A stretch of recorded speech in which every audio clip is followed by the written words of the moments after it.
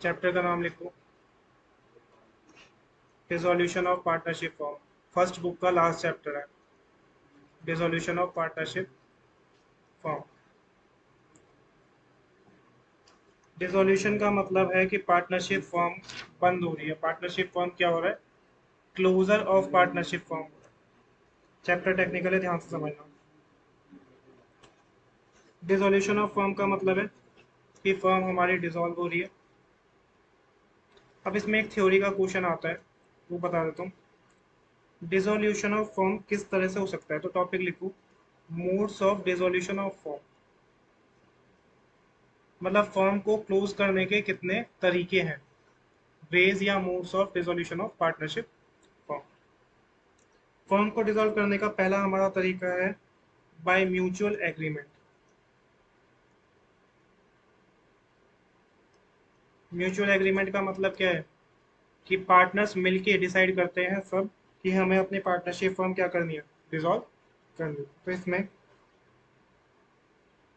When all the partners agree to dissolve the, सब partners अगर मिलके चाहें कि भाई फर्म ना हमारी 4 साल से लॉसेस में जा रही है और थोड़ा सोच विचार करो कि कितने लॉसेस बियर करें, तो सबने क्या किया, मिलके कहा कि अब हम पार्टनरशिप फर्म को क्या कर रहे हैं, क्लोज कर रहे हैं। या फिर कभी कभी ऐसा भी होता है कि जैसे 3 पार्टनर्स हैं, उनके बीच में कन्फ्लिक्ट हो गया। एक पार्टनर है वो कह रहा है मैं तो प्रॉफिट शेयर ही नहीं दूंगा, तो उस केस में भी मिलके ये डिसाइड कर सकते हैं कि हमें फॉर्म डिसॉल्व करनी है। सेकंड ये इंपॉर्टेंट है, एमसीक्यू में भी आता है, कंपल्सरी डिसोल्यूशन।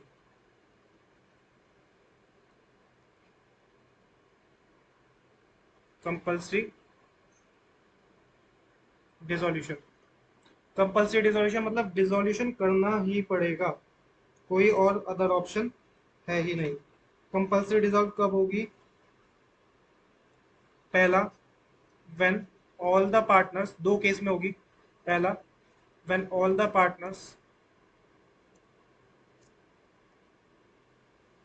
और ऑल पार्टनर्स एक्सेप्ट वन,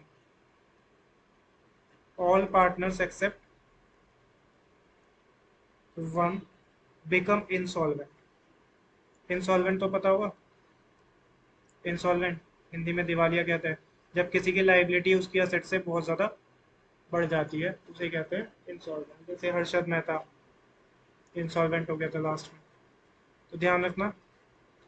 अब यहाँ पर दे रखा है कि सारे के सारे पार्टनर्स इंसॉल्वेंट हो जाए, सबके सब लॉसेस में चले जाए, या फिर क्या हो कि या तो सभी पार्टनर्स इंसॉल्वेंट हो जाए, या 3 पार्टनर्स हैं उसमें से सिर्फ एक बचे, बाकी क्या हो गए, इंसॉल्वेंट। अब क्या एक पार्टनर अकेला अगर वो बच गया है, इंसॉल्वेंट नहीं हुआ है, तो पार्टनरशिप फॉर्म चला सकता है? नहीं, क्योंकि सोल प्रोप्राइटरशिप होती है पार्टनरशिप के लिए, मिनिमम कितने चाहिए, 2 चाहिए। तो अगर पार्टनर इंसॉल्वेंट हो गए हैं तो हमारा कंपल्सरी डिसोल्यूशन हो जाएगा। या फिर बी ऑप्शन है, when business of firm becomes unlawful. Unlawful का मतलब एक तरह से हम ये कह सकते हैं कि सही तरीके से वो बिजनेस नहीं चला रहा है। पहले लीगल बिजनेस था, बाद में वो एक तरह से क्या हो गया, इलीगल बिजनेस हो गया। तो थ्योरी में कई बार आता है कि कंपल्सरी डिसोल्यूशन कब कब हो सकता है, जब या तो सभी पार्टनर्स या एक पार्टनर को छोड़ के बाकी सारे इंसॉल्वेंट हो गए। दूसरा, बिजनेस ऑफ द फर्म क्या हो गया, अनलॉफुल हो गया, मतलब लीगल तरीके की बजाय इलीगल तरीके से वो चला गया। थर्ड हमारा, फर्म किस तरह से डिसॉल्व हो सकती है, बाय नोटिस। तीसरा, नोटिस के थ्रू हो सकती है। अब इसमें एक होती है हमारी पार्टनरशिप एट विल, ये उसमें पढ़ा होगा बिजनेस स्टडीज में। पार्टनरशिप एट विल होती है। पार्टनरशिप एट विल का मतलब है कि अपनी मर्जी से जब भी चाहे फर्म डिसॉल्व हो सकती है, that is called partnership at. ठीक है।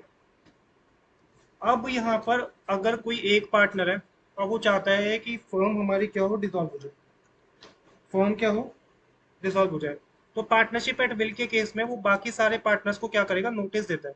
बाकी सारे पार्टनर्स को नोटिस देता है कि मेरी ये इंटेंशन है कि हमारी फर्म क्या हो, क्लोज हो जाए। और अगर ये बाकी पार्टनर्स भी एग्री कर जाते हैं तो उस नोटिस के बेसिस पे हमारी फर्म डिसॉल्व हो जाती है। इसमें ध्यान रखना, पार्टनरशिप एट विल वाली, पार्टनरशिप एट विल वो पार्टनरशिप फर्म होती है जिसको अपनी मर्जी से हम डिसॉल्व कर सकते हैं।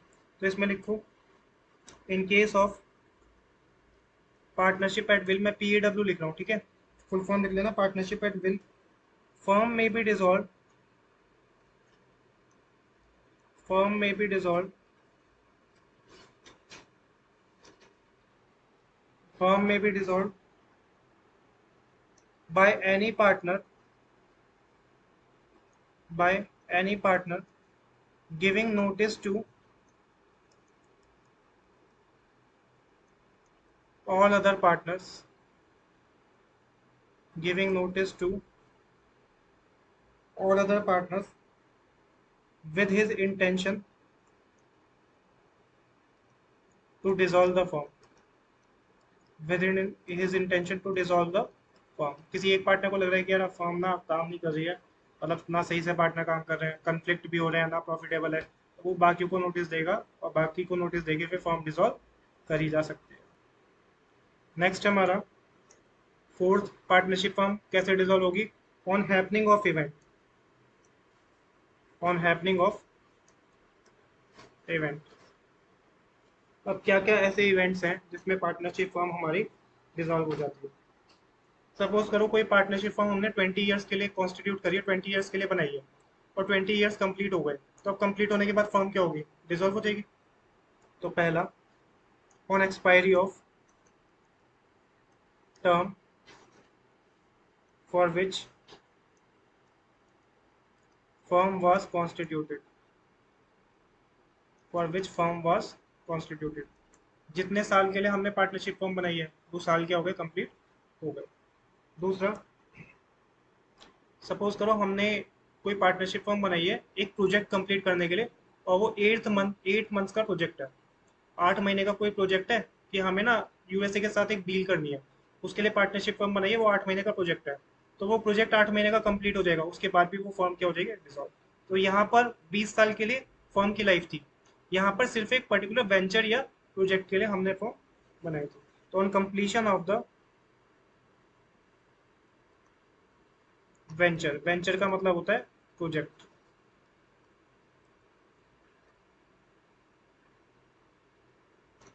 तीसरा, on death of a partner, ये हमने देखा था डेथ के चैप्टर में।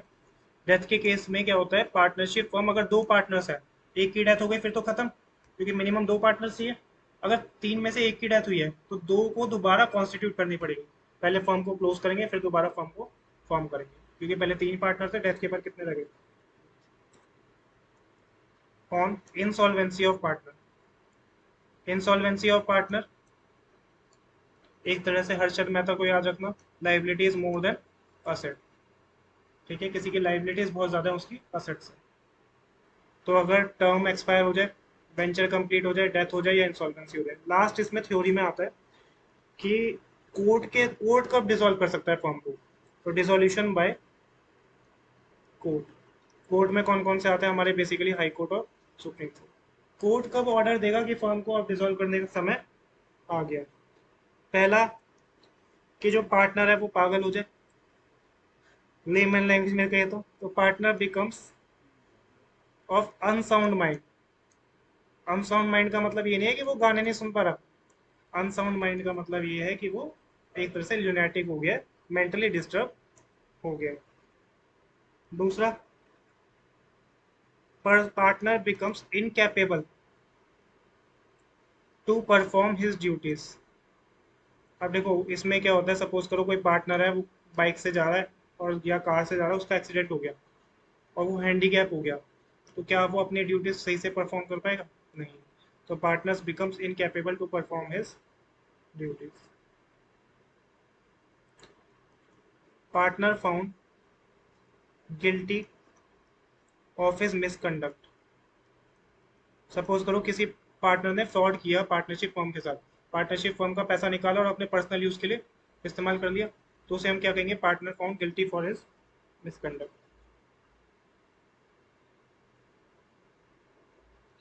चौथा, business of firm can not be carried except for loss.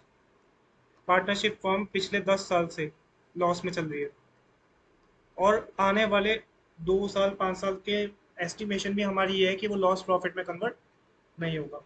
तो बिजनेस ऑफ फर्म लॉस में ही चले जा रहा है और फ्यूचर में प्रॉफिट में भी कन्वर्ट नहीं होगा, तो हमारा उस केस में क्या हो जाएगी, कोर्ट कहेगा भाई इसे क्या करूँ, खत्म कर दो। एक नेक्स्ट टॉपिक लिखो, इसमें है application of asset. Next topic है एप्लीकेशन ऑफ असेट। अब देखो क्या होता है, जब फर्म डिसॉल्व होती है ना, तो फर्म के डिसोल्यूशन के केस में फर्म की जितनी भी असेट है उनको बेचते हैं।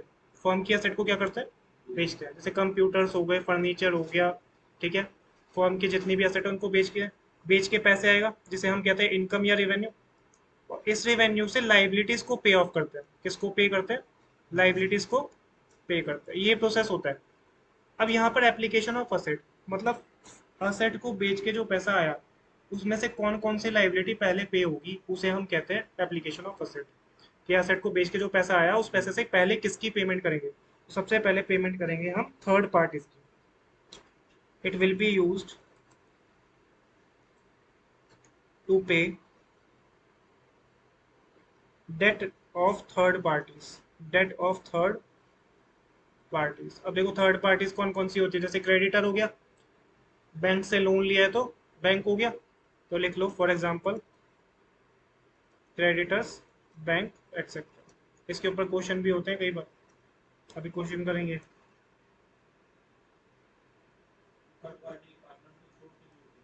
Third party other than partners, other than employees, ठीक है। दूसरा कहाँ पे यूज करेंगे, फर्म को पार्टनर ने कोई लोन दिया है, तो उसके बाद अगर कुछ थर्ड पार्टी को पेमेंट करने के बाद पैसा बच गया, तो जो पार्टनर ने लोन दिया फर्म को उसको रीपे करेंगे। To repay the loan given by partner to firm.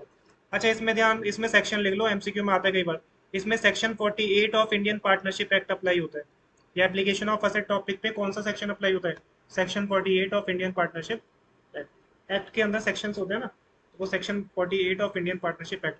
अच्छा वो हमने डेथ ऑफ अ पार्टनर में पढ़ा था, वो कौन सा था, सेक्शन 37 था। ध्यान रखना ये। तो जो भी पार्टनर ने लोन दिया उसको रीपे करने के लिए पैसा यूज कर देंगे। थर्ड, फिर अगर उसके बाद भी कुछ पैसा बच गया, फिर वो हम यूज करेंगे जो भी पार्टनर की कैपिटल है उसका पैसा देने के लिए, फॉर टू पे the capital balance of partners. उसके बाद भी लोन का पैसा देने के बाद भी कुछ पैसा बच गया तो कैपिटल पे करने के लिए यूज कर लेंगे। उसके बाद इफ एनी बैलेंस, अगर कुछ बैलेंस बच जाता है तो पीएसआर में डिस्ट्रीब्यूट कर देंगे in the form of profit. Distributed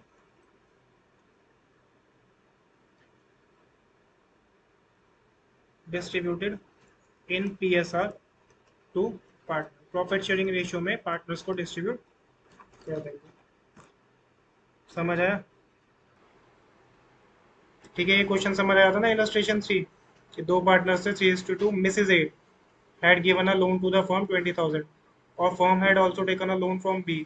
एक तो ए की वाइफ से लोन लिया है और एक पार्टनर बी से, तो ए की वाइफ क्या होगी, थर्ड पार्टी होगी। ए की वाइफ क्या होगी, थर्ड पार्टी। तो थर्ड पार्टी का लोन पहले पे करेंगे, 25,000 रुपये में से पहले किसका पे कर देंगे, उसकी वाइफ का, जो कि थर्ड पार्टी है, 20,000।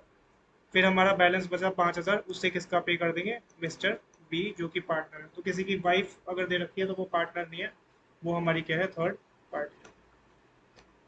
इसके बाद अब प्रैक्टिकल उसमें लिखो। सबसे पहला हमारा डिसोल्यूशन के केस में बनता है रियलाइजेशन अकाउंट। रीवैल्यूशन नहीं है, यहाँ पर है रियलाइजेशन अकाउंट। चलो लिखो रियलाइजेशन अकाउंट।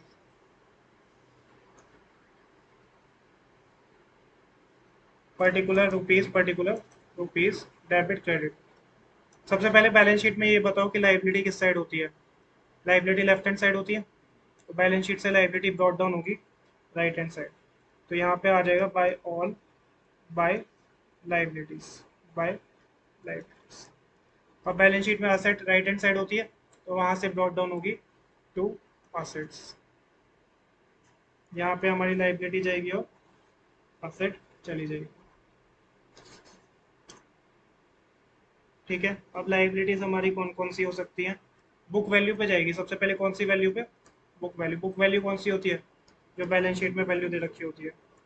तो लाइबिलिटी में हमारे क्रेडिटर्स हो सकते हैं, फॉर एग्जांपल क्रेडिटर्स हो सकते हैं, बिल्स पेएबल हो सकता है, उसके अलावा आउटस्टैंडिंग एक्सपेंसेस हो सकते हैं, ठीक है। उसके अलावा provision for doubtful debt liability side जाता है। उसके बाद एक इन्वेस्टमेंट फ्लक्चुएशन रिजर्व, ये भी हमारा रिजर्व होता है ना, तो ये भी हमारा लाइबिलिटी साइड चला जाएगा।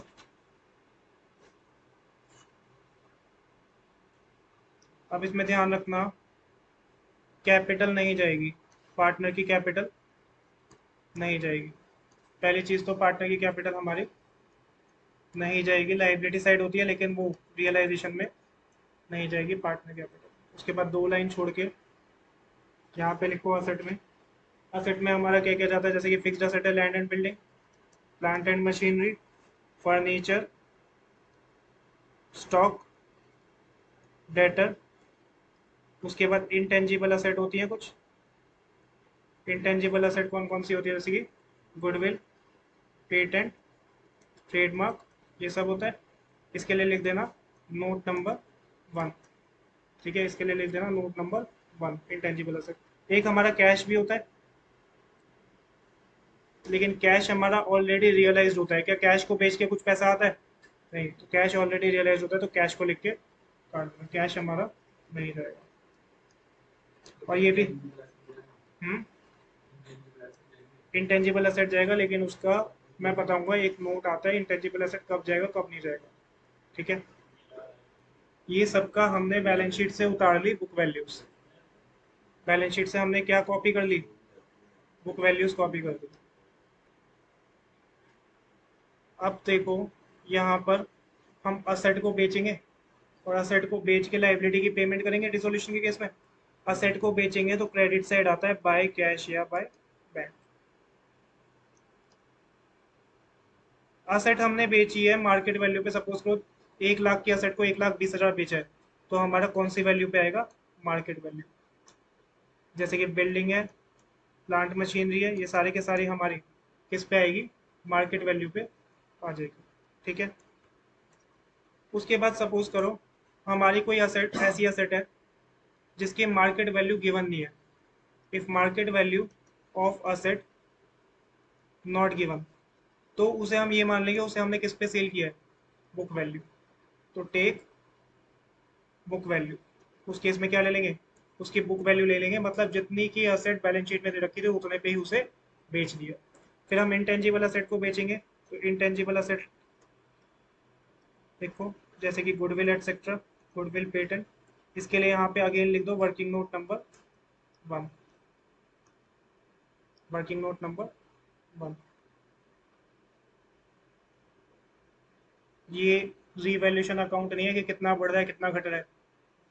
यहाँ पे क्या हो रहा है, बैलेंस शीट में जो असेट होती है राइट हैंड साइड, उसकी बुक वैल्यूज आ रही है left hand side, debit side, लेकिन कैश नहीं आ रहा है। और जो बैलेंस शीट में लाइबिलिटी होती है लेफ्ट हैंड साइड, वो किस साइड आ रही है? राइट हैंड साइड, लेकिन हमारे पार्टनर कैपिटल लाइबिलिटी साइड से नहीं आएगी।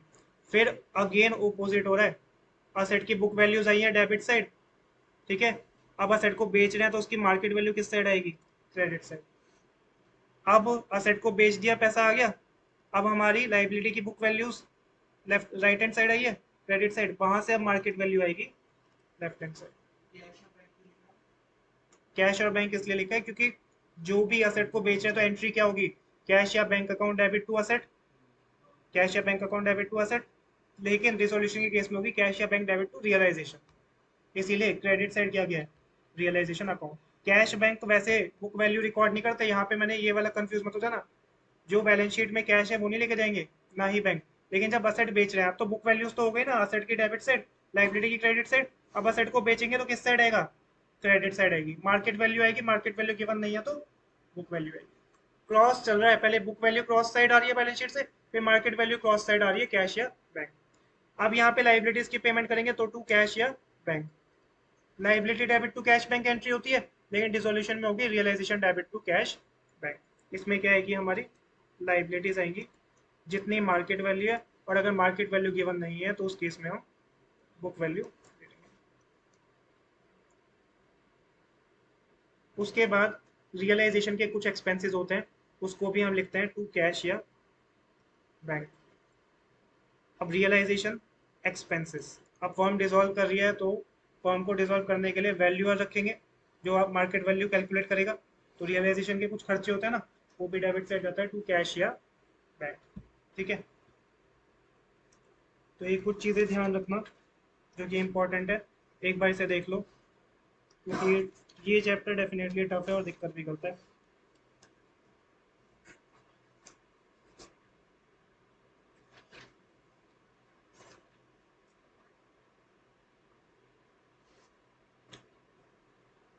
एक चीज़ इसमें और बता देता हूँ अभी, अगर सपोज करो कोई असेट पार्टनर ले रहा है, हमें फर्म को पार्टनर को 2 लाख रुपए देना है। फर्म को पार्टनर को कितने देना है? 2 लाख रुपए।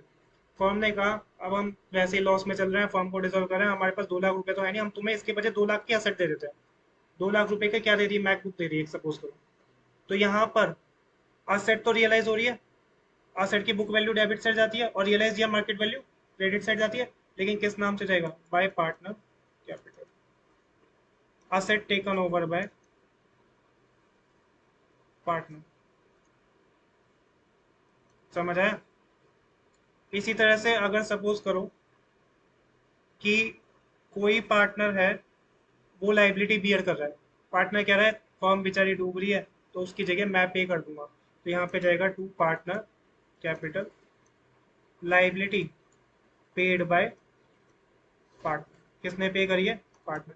क्योंकि फर्म पे करी है तो फर्म का कैश बैंक कम होगा ना, लेकिन पार्टनर पे कर रहा है तो फर्म का कैश बैंक कम नहीं होगा, किस नाम से जाएगा? To partner capital. अब यहाँ पर 3-4 लाइनें छोड़ दो, उसके बाद टोटल आएगा 3-4 लाइनें छोड़ के। अगर डेबिट साइड बैलेंसिंग फिगर आ रही है तो to profit transfer to partner capital account, 3-4 लाइनें छोड़ के लिखना। और अगर क्रेडिट साइड आ रहा है तो by loss transfer to partner capital account. Credit side हमेशा लॉस आता है, डेबिट साइड हमेशा बैलेंसिंग फिगर प्रॉफिट आती है। ठीक है, 3-4 लाइनें छोड़ के, क्योंकि जो भी क्वेश्चन में पॉइंट आएंगे ना यहीं पे लिखवा दूंगा इसलिए। ये रिवैल्यूएशन से बिल्कुल अलग है, जो चेंज इन पीएसआर एडमिशन और रिटायरमेंट में मिलता है उससे अलग। अब एक नोट लिखना, वर्किंग नोट नंबर 1 जो मैंने कहा था, if market value, market value का दूसरा नाम क्या है? Realised value of intangible asset is not given. कौन से असेट की बात कर रहा हूँ? Intangible is not given, then take its market value as nil. Book value नहीं लेंगे, इनटेंजिबल के केस में मार्केट वैल्यू क्या लेंगे? नील लेंगे। क्वेश्चन दे रखा है इलस्ट्रेशन नंबर 11, ध्यान से देखो। इसमें हमें क्या दे रखा है? दो पार्टनर्स है, Surya and Satya. Profit sharing ratio क्या है? 4:1। 31 मार्च को बैलेंस शीट दे रखी है। क्रेडिटर्स है, वर्कमैन कंपनसेशन रिजर्व दे रखा है हमें। उसके अलावा हमें यहाँ पे क्या दे रखा है? अब मुझे एक बात बताओ, हमें यहाँ पे WCR दे रखा है। मैंने क्या कहा था? रिजर्व्स नहीं जाते हैं, लेकिन IFR जाता है। क्या ये IFR है? नहीं। WCR को मत ले जाना, ठीक है? WCR नहीं जाएगा। उसके बाद करंट अकाउंट दे रखा है, कैपिटल और करंट अकाउंट नहीं जाते, कैपिटल हमें दे रखी है वो भी नहीं जाती। Bank, debtor, stock, goodwill, intangible asset भी है गुडविल। अगर इनटेंजिबल की मार्केट वैल्यू नहीं है तो नहीं ले लेंगे। सूर्या का करंट अकाउंट, इसका मतलब सूर्या को कहीं ना कहीं लॉस भी हो रहा था। अब फर्म डिसॉल्व हो रही है, सूर्या टुक 40% of the stock at 10% less than book value. अब देखो यहाँ पर जो पार्टनर सूर्या है ना, उसने 40% स्टॉक ले लिया 10% कम पे, तो स्टॉक की वैल्यू कितनी है? 85,000। तो सूर्या ने 85,000 का कितना लिया? 40%। कितना आ रहा है? कैलकुलेट कर लेना। इस जो वैल्यू आएगी, इसको 10% कम पे लिए, इसमें से माइनस कर देंगे 10%। समझ आया? 85,000 का 40% लिया और 10% कम पे। फर्नीचर रियलाइज करें 80,000, फर्नीचर की बुक वैल्यू ये रही और रियलाइज वैल्यू ये रही। अब यहाँ पे रिवैल्यूएशन की तरह मत कर देना कि एसेट कम हो रहा है डेबिट साइड ले जाओ, यहाँ पे क्या बनेगा? रियलाइजेशन, क्योंकि अभी उसकी आदत है ना, दिमाग में वही आ रहा होगा। तो ध्यान रखना कि यहाँ रियलाइजेशन है। अनरिकॉर्डेड कंप्यूटर है जो कि सेल किया है 20,000 रुपए का। अनरिकॉर्डेड है मतलब इसकी बुक वैल्यू तो होगी नहीं, देखो है नहीं ना, बैलेंस शीट में है भी नहीं, लेकिन बेच रहे हैं तो बेच के तो पैसा आ रहा है, तो असेट का किस साइड जाएगा? Credit side. डेटा रियलाइज कर रहे हैं 55,000।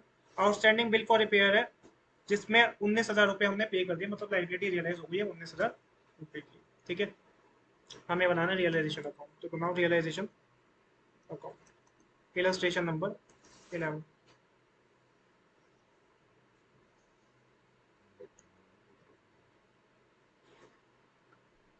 Particular rupees, particulars rupees. अब सबसे पहले मुझे ये बताओ कि क्या करेंगे, लाइबिलिटी और असेट की बुक वैल्यू लिखेंगे। हमारे हमारे पास नहीं, कौन सी लाइबिलिटी दे रखी है हमें, हमें दे रखी है क्रेडिटर। तो बैलेंस शीट में मैंने बताया था बुक वैल्यू अपोजिट साइड जाती है, तो लिखो बाय क्रेडिटर 45,000, बाय क्रेडिटर्स 45,000। उसके बाद मुझे ये बताओ कि क्या कोई WCR जाएगा, यहाँ पे गलती हो जाती है बच्चों से, नहीं जाएगा। कैपिटल और करंट भी नहीं जाएगा, IFR जाता है, ठीक है। उसके बाद हमारा असेट को लेके जाएंगे अपोजिट साइड, क्या बैंक जाएगा, नहीं। बाकी तो हमारी जाएंगी debtor, stock, goodwill, furniture, machinery. तो लिखो debtor, to debtor, to stock, to goodwill, to furniture, to machinery. कितने कितनी बुक वैल्यू है हमारी, 55, नहीं ये तो बैंक है, 60,000, 85,000, 60,000, 60। बुक वैल्यू तो जाएगी, मार्केट वैल्यू नहीं जाएगी। अगर गुडविल बैलेंस शीट में बुक वैल्यू जाएगी, लेकिन अगर मार्केट वैल्यू नहीं है तो नील लेंगे, बुक वैल्यू जाएगी, ठीक है ना। यहाँ पे लिखवाया होगा ना, if market value not given, book value तो जाएगी अगर दे रखी है, मार्केट वैल्यू नहीं जाएगी। उसके बाद हमारा स्टॉक कितना है, 85,000, 60,000 है गुडविल, 1 लाख का फर्नीचर और 70,000 की मशीनरी, ठीक है। अब ये तो नहीं आया किसी को डाउट कि सर ये तो 80,000 दे रखा है फर्नीचर, अभी क्या लेके गए हैं, बुक वैल्यू। अभी क्या लेके गए हैं, बुक वैल्यू, ध्यान रखना, ठीक है। अब क्या करेंगे, असेट को रियलाइज करेंगे बाय कैश या बैंक। कौन कौन सी असेट बेची है सबसे पहले वो देख लो। फर्नीचर कितने में बेचा, 80,000, तो बाय फर्नीचर कितना, 80,000। फर्नीचर रियलाइज कर रहे हैं ना 80,000, फर्नीचर कितना चला गया हमारा, 80,000। अब इसके बाद एक चीज देखो, यहाँ पर सूर्या स्टॉक ले रहा है, अनरिकॉर्डेड कंप्यूटर है जो कि सेल करा है हमने 20,000 रुपए के। अनरिकॉर्डेड कंप्यूटर है तो बुक वैल्यू नहीं है, लेकिन मार्केट वैल्यू तो होगी, तो लिखो अनरिकॉर्डेड कंप्यूटर। कितने के हैं अनरिकॉर्डेड कंप्यूटर, 20,000। उसके बाद हमें क्या दे रखा है कि डेटा रियलाइज कर रहे हैं कितना, 55,000, तो डेटा की रियलाइज वैल्यू कितनी है, 55,000, ठीक है। अब इसके बाद 5-6 लाइनें छोड़ दो, उसके बाद एक बनाओ working note, value of stock. Stock का ध्यान से समझना, स्टॉक की वैल्यू थी, बुक वैल्यू थी 85,000, स्टॉक की बुक वैल्यू 85,000। 40% तो सूर्या ले रहा है, 10% कम पे, बाकी 60% के बारे में कुछ नहीं दे रखा। इसका मतलब 60% बुक वैल्यू पे क्या हो रहा होगा, सेल हो रहा होगा, समझ आया। तो 85,000 में से दो पार्ट बना दो इसके, एक तो 40% जो कि कौन ले रहा है, सूर्य, और बचा कितना, 60%। इसका मतलब ये हम क्या करेंगे, सेल करेंगे बुक वैल्यू पे। 85,000 का 40% निकाला किसी ने, 34,000, तो बचा हुआ हो जाएगा 51,000। ये हमारा आ गया 60%, ठीक है, ये हमारा आ गया 60%। इसको कितने पे ले रहा है, -10%, 3400 के डिस्काउंट मिल रहा है, तो कितने पे ले रहा है ये, 30,600। और ये कितने पे सेल हो रहा होगा, बचा हुआ 60%, वो तो अपनी बुक वैल्यू पे सेल हो रहा है कितना, 51 वाला, 51 में सेल हो रहा होगा। ये समझ आया, ठीक है। अब मुझे ये बताओ कि जितना एक्चुअल सेल हो रही है वो तो बाय कैश बैंक के नाम से जाएगी, तो ये तो स्टॉक कितना जाएगा, कैश बैंक के नाम से 51,000, working note number 1, working note number 1। और बाकी जो पार्टनर ले रहा है सूर्या, वो किस नाम से जाएगा, बाय सूर्या 30,600। तो दो लाइनें छोड़ के लिखना, बाय सूर्या कैपिटल 30,600। ये समझ आया, ये हमारा फर्म ने बेचा और ये सूर्या को दे दिया 30,600 का 10% डिस्काउंट। अब आ जाओ बैलेंस शीट में, देखो क्या कोई ऐसी टेंजिबल असेट है जिसकी बुक वैल्यू गिवन नहीं है। बैंक को तो हम लेते नहीं है, ठीक है। डेटर हो गए, स्टॉक हो गया, गुडविल की अगर मार्केट वैल्यू नहीं है तो मिल लेंगे, इंटेंजिबल है ना। फर्नीचर हमारा हो गया, मशीनरी, मशीनरी कितने की 70,000, इंटेंजिबल भी नहीं है, टेंजिबल है, तो मशीनरी की ले लेंगे बुक वैल्यू कितनी 70,000, तो मशीनरी ले लेंगे 70,000, ठीक है। चाहे तो पता है इन पांचों चीजों को इनर कॉलम में भी लिख सकते हो, लास्ट में क्या करो टोटल करके लिख दो, ठीक है, चाहे ऐसे कर दो। अब हमने असेट की लाइबिलिटी की बुक वैल्यू ले ली और असेट की रियलाइज वैल्यू भी ले ली। अब किसका देखेंगे, लाइबिलिटीज का। अब लाइबिलिटी में कौन कौन सी लाइबिलिटी हमारी पे हो रही है। सबसे पहले तो हमें एडजस्टमेंट में दे रखा है एक आउटस्टैंडिंग बिल फॉर रिपेयर 19,000 रुपये का जो हमने पे किया है, आउटस्टैंडिंग बिल फॉर रिपेयर्स, ठीक है। लाइबिलिटी की हम बुक वैल्यूज ले गए। अब यहाँ पर हम पे कर रहे हैं टू कैश या बैंक। आउटस्टैंडिंग रिपेयर्स कितने का था, आउटस्टैंडिंग रिपेयर्स 19,000 रुपये का, ठीक है। ये तो एडजस्टमेंट में दे रखा है। अब बच्चे भूल जाते हैं, इतना ही करके छोड़ देते हैं। देखो क्या कोई बैलेंस शीट में ऐसी लाइबिलिटी है जिसकी मार्केट वैल्यू गिवन नहीं है। 45,000 का क्या है, क्रेडिटर। WCR तो कैपिटल करंट तो लेंगे नहीं, 45,000 के इसका मतलब क्रेडिटर हमारी पे हो गए, क्रेडिटर्स 45,000। अब निकाल लो प्रॉफिट या लॉस, बैलेंसिंग फिगर कौन सी रेशियो में जाएगा, 4:1 सूर्या और सत्या। तो इसका जब बैलेंसिंग फिगर निकालोगे तो लॉस आ रहा होगा, फॉर्म बेचारी डूब रही है, डिजॉल्व हो रही है ना, तो नॉर्मली लॉस ही आता है, कभी कभी प्रॉफिट भी आ जाता है, लेकिन by loss transfer to Surya और सत्या बैलेंसिंग फिगर आ रही है हमारी 87,400। इसका टोटल कर लेना, ठीक है, 87,400। और रेशियो थी हमारी 4:1, तो 87,400 को करेंगे 69,920 और उसके बाद 17,480। This is the final answer.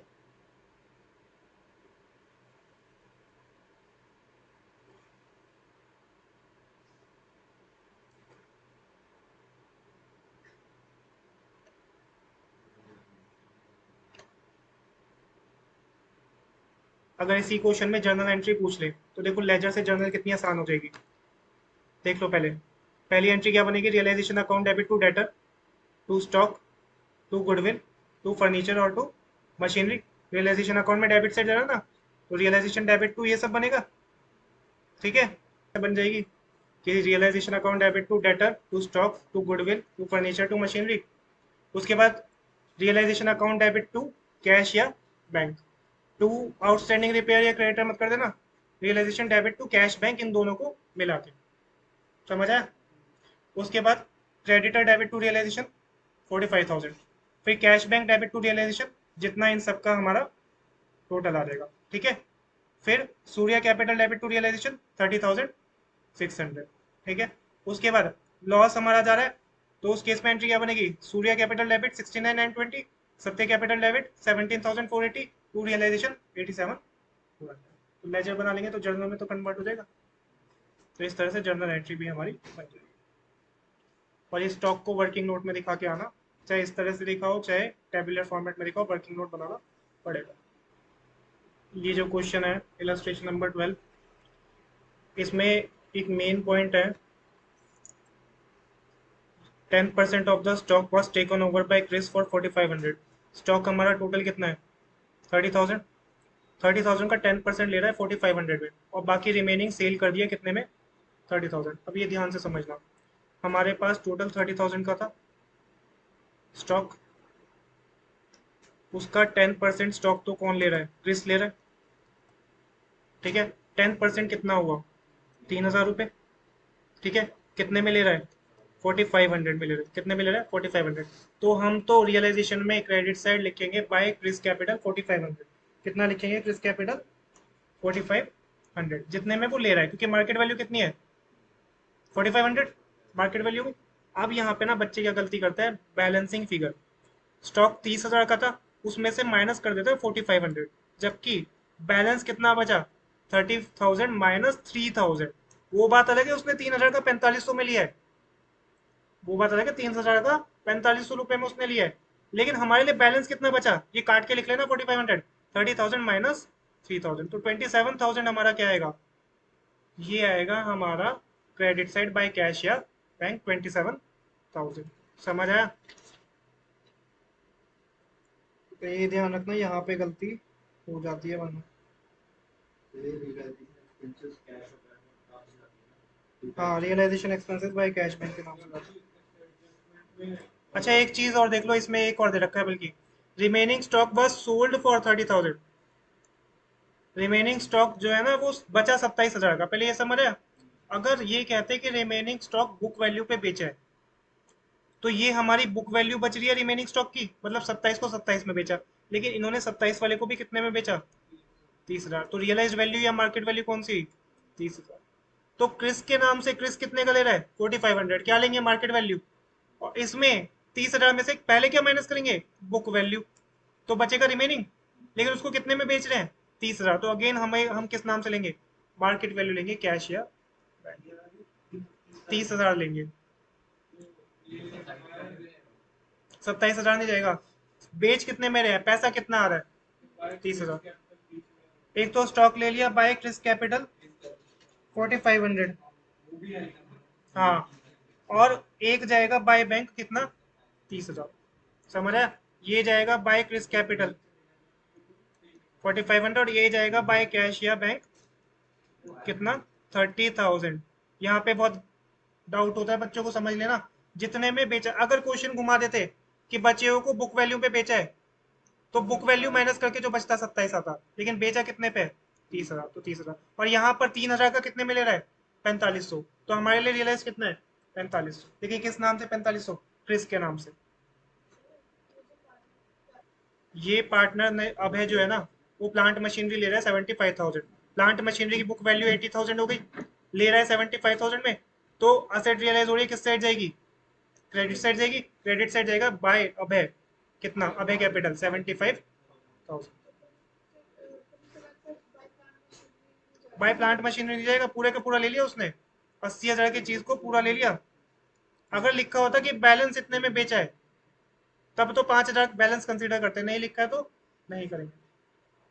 यहाँ पर सपोज करो ये कहते हैं कि प्लांट मशीनरी का, सुन लो, यहाँ पर ये कहते हैं कि प्लांट मशीनरी का 1/3 पोर्शन ले रहा है वो 75,000 में, तो इसका मतलब 1/3 तो वो ले लेता 75,000, 75,000 चला जाता क्रेडिट साइड किसके नाम से, बाय अब है, और बाकी 2/3 क्या मानते, 2/3 बेचा है, 2/3 क्या मानते, बेचा है, तो 80,000 का 2/3 क्या मानते, वो बुक वैल्यू पे बेचा है, समझ लो, लेकिन यहाँ पे कुछ 1/3 वगैरह लिखा है नहीं, इसका मतलब पूरा का पूरा प्लांट मशीनरी किसने ले लिया, अब मैंने ले लिया 80,000 का कितने में 75,000।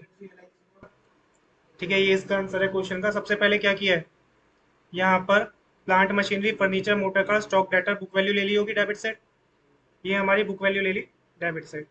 फिर लाइबिलिटी साइड क्या था, लाइबिलिटी साइड हमारा पार्टनर कैपिटल तो लेंगे नहीं, क्रेडिटर था 1,20,000, तो ये हमने कितना ले लिया 1,20,000।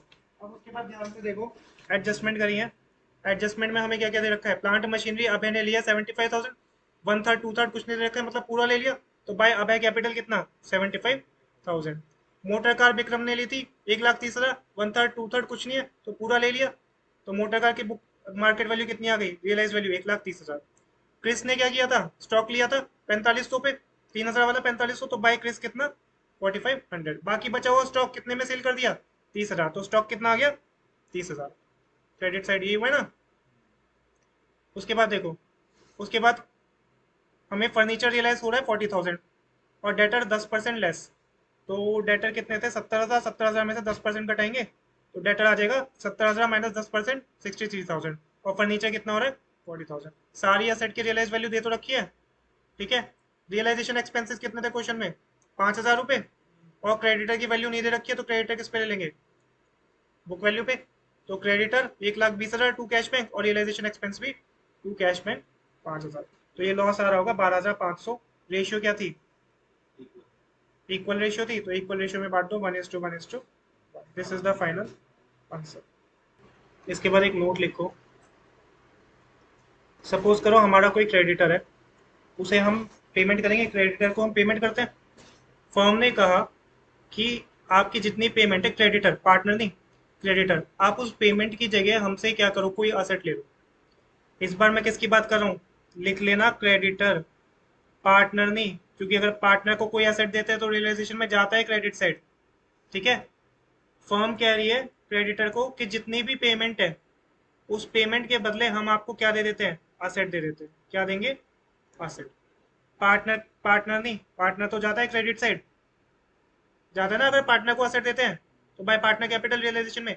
अगर किसी थर्ड पार्टी को, क्रेडिटर क्या हुआ, थर्ड पार्टी, थर्ड पार्टी को हम लाइबिलिटी पे करने के बजाय, लाइबिलिटी कैश में पे करने की बजाय उसे क्या दे रहे हैं, असेट दे रहे हैं, तो उसकी कोई भी एंट्री पास नहीं होती। If firm gives asset to any third party like creditor, then in full settlement लिख दो। in full settlement मतलब जितनी पेमेंट करनी थी उसकी फुल सेटलमेंट में असेट दे दी, then no entry is passed.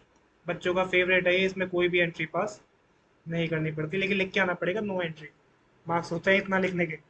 तो अगर पार्टनर को नहीं, थर्ड पार्टी को, बार बार कह रहा हूँ पार्टनर को नहीं, लिख के काट देना पार्टनर, थर्ड पार्टी को कोई असेट दे रहे हैं उसकी पेमेंट कैश में करने की बजाय, तो कोई भी एंट्री पास नहीं होगी। इसके बाद एक और नोट लिखो।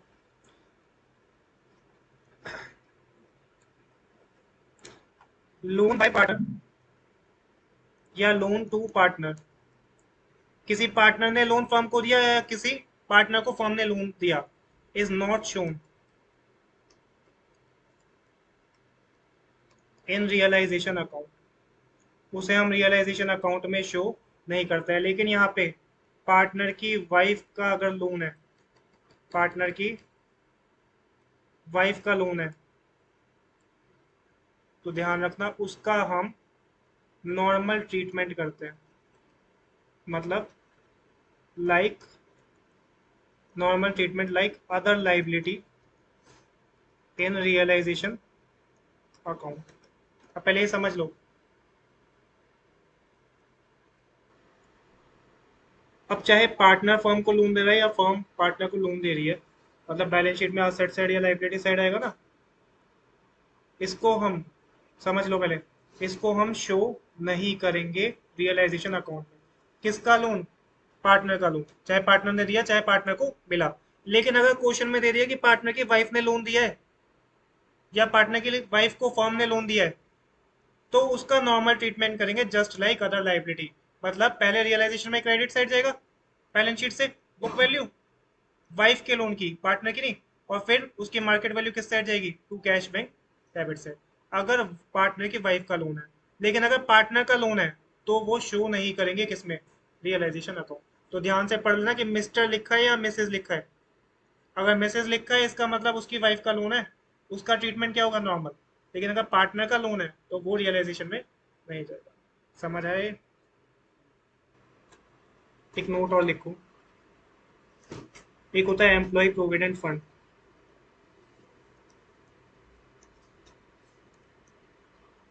एम्प्लॉय प्रोविडेंट फंड को ना ट्रीट लाइक नॉर्मल लाइबिलिटी। मतलब ट्रीट लाइक नॉर्मल लाइबिलिटी क्या है, मतलब उसकी बुक वैल्यू रियलाइजेशन में क्रेडिट साइड और मार्केट वैल्यू रियलाइजेशन में या realised value debit side. Employee provident fund अगर दे रखा है तो नॉर्मल, अगर उसकी मार्केट वैल्यू नहीं दे रखी है तो क्या ले लो, बुक वैल्यू ही मार्केट वैल्यू ले लेगा। एम्प्लॉय प्रोविडेंट फंड को नॉर्मल लाइबिलिटी ट्रीट करेंगे। प्रोविडेंट फंड अकाउंट ओपन करते हैं ना कि रिटायरमेंट के बाद पैसा मिलेगा एम्प्लॉय का, that is called employee provident fund. तो नॉर्मल लाइबिलिटी की तरह ट्रीट कर देंगे। लेकिन अगर हमें इन्वेस्टमेंट फ्लक्चुएशन फंड दे दें या इन्वेस्टमेंट फ्लक्चुएशन रिजर्व दे दें, हमें इन्वेस्टमेंट फ्लक्चुएशन फंड दे दें या इन्वेस्टमेंट फ्लक्चुएशन रिजर्व दे दें, ठीक है, उसके लिए ध्यान रखना, उसके लिए हम जर्नल एंट्रीज करेंगे इसका सेपरेट ट्रीटमेंट होता है। इसका क्या होता है? सेपरेट ट्रीटमेंट होता है, ठीक है। उसका सेपरेट ट्रीटमेंट होता है इन्वेस्टमेंट फ्लक्चुएशन रिजर्व का। इसकी हमारी जर्नल एंट्री आती है, जैसे उसमें आता है ना चेंज इन पीएसआर चैप्टर में आईएफआर का, ठीक है। इसका सेपरेट ट्रीटमेंट हमारा होता है। लेकिन नॉर्मली जो होता है, मैं वो केस बता देता हूँ। इसकी बुक वैल्यू तो हमारी शो करते हैं रियलाइजेशन में क्रेडिट साइड, लेकिन इसकी मार्केट वैल्यू को हम शो नहीं करते हैं। मार्केट वैल्यू इसकी क्या लेते हैं? अगर आईएफआर के बारे में कुछ नहीं लिखा है तो इसकी बुक वैल्यू ले लेना। बुक वैल्यू ले लेना कहाँ पे? रियलाइजेशन में क्रेडिट साइड। लेकिन इसकी मार्केट वैल्यू क्या लेना? मतलब ये कह सकते हैं कि इसे हम किसकी तरह ट्रीट करते हैं, जैसे गुडविल को करते थे। बुक वैल्यू है तो ठीक है, नहीं है तो मार्केट वैल्यू। मार्केट वैल्यू नहीं है तो नहीं। तो ध्यान रखना, एम्प्लॉय प्रोविडेंट फंड में तो बुक वैल्यू लेंगे as well as market value भी लेंगे। अगर मार्केट वैल्यू नहीं है तो बुक वैल्यू ले लेंगे। लेकिन इन्वेस्टमेंट फ्लक्चुएशन फंड या रिजर्व में ये आया हुआ इस तरह से, इस तरह का क्वेश्चन कई बार। बुक वैल्यू तो ले लेंगे रियलाइजेशन में क्रेडिट साइड, लेकिन मार्केट वैल्यू के बारे में कुछ नहीं है, तो मार्केट वैल्यू इसकी नहीं लेंगे, ठीक है। तो ये 3-4 पॉइंट है जिसको ध्यान रखना। एक डब्ल्यू को अभी लिखवा देता हूँ। डब्ल्यू की सेपरेट जर्नल एंट्रीज होती हैं इसमें भी।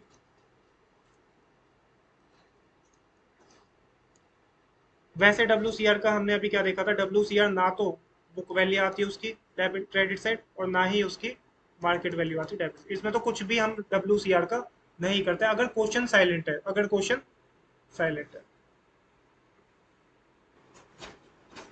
ये क्वेश्चन है, इलस्ट्रेशन नंबर 15 है, इसमें हमें दे रखा है pass the necessary journal entry for the following on dissolution of the form of Avyan and Shruti after various assets other than cash and third party liability have been transferred to realization account, ठीक है। हमें journal entry करनी है। क्या cash realisation account में जाता है?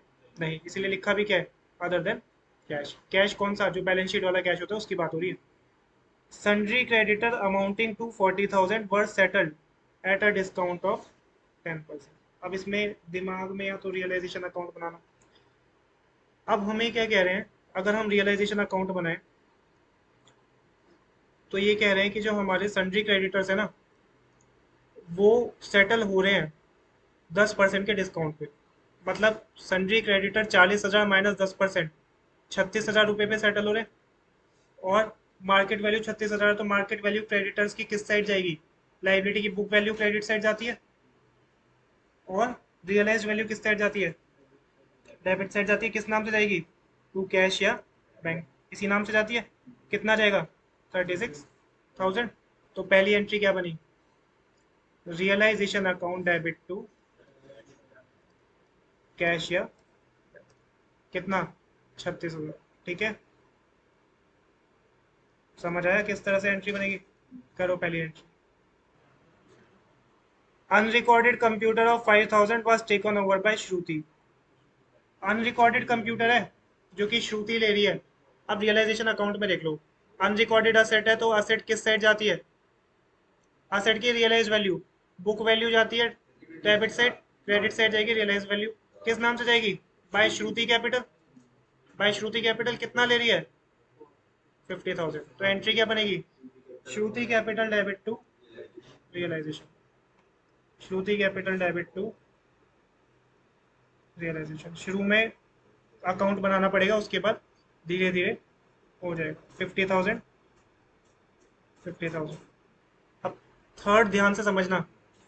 Creditors of 5,000 agreed to take over debtor of 8,000 in full settlement of the claim.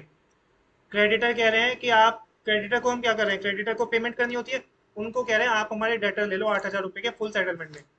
मतलब थर्ड पार्टी को क्या दे दिया? असेट दे दी। पार्टनर को नहीं, थर्ड पार्टी को क्या दे दिया? असेट। तो बच्चों का फेवरेट पॉइंट, कोई भी एंट्री पास नहीं हो, no entry will be passed. और इस तरह का आता है, लेकिन नो एंट्री लिखने का मार्क्स होता है, ठीक है। नेक्स्ट देखो, firm has a debit balance of 42,000 in P and L. P and L का डेबिट बैलेंस क्या होता है? लॉस, ठीक है। अब हमें फर्म का पी एंड एल का डेबिट बैलेंस है, हमें जनरल एंट्री पास करनी है। अब मुझे ये बताओ, ध्यान से समझना, क्या यहाँ पर डेबिट बैलेंस जो पी एंड एल का लॉस दे रखा है, उसमें कोई असेट लाइबिलिटी टेक ओवर हो रही है, या कोई असेट लाइबिलिटी बेच रहे हैं? हमारा रियलाइजेशन अकाउंट में क्या जाता है? या तो असेट को बेच के लाइबिलिटी की पेमेंट होती है वो, या कोई असेट लाइबिलिटी किसको दे देते हैं, पार्टनर को। इसमें मतलब हमारा कुछ भी रियलाइजेशन से रिलेटेड तो नहीं आ रहा है, तो इसकी नॉर्मल एंट्री पास होगी, old partner capital debit to P and L account. Old partner capital debit to P and L account. तो ओल्ड पार्टनर थे आव्यन और श्रुति, और रेशियो क्या दे रखी है, कुछ नहीं है तो इक्वल ले लेंगे, ठीक है। 42,000 का Avyan debit, Shruti debit to P and L. 42,000 को आधा आधा डिस्ट्रीब्यूट कर दो, 21,000, 21,000। There was old furniture with the firm which had written off completely from the books. This was sold for 9,000. Furniture को बेच रहे हैं, असेट की बुक वैल्यू किस साइड जाती है, असेट की बुक वैल्यू जाती है हमारी डेबिट साइड, और मार्केट वैल्यू क्रेडिट साइड।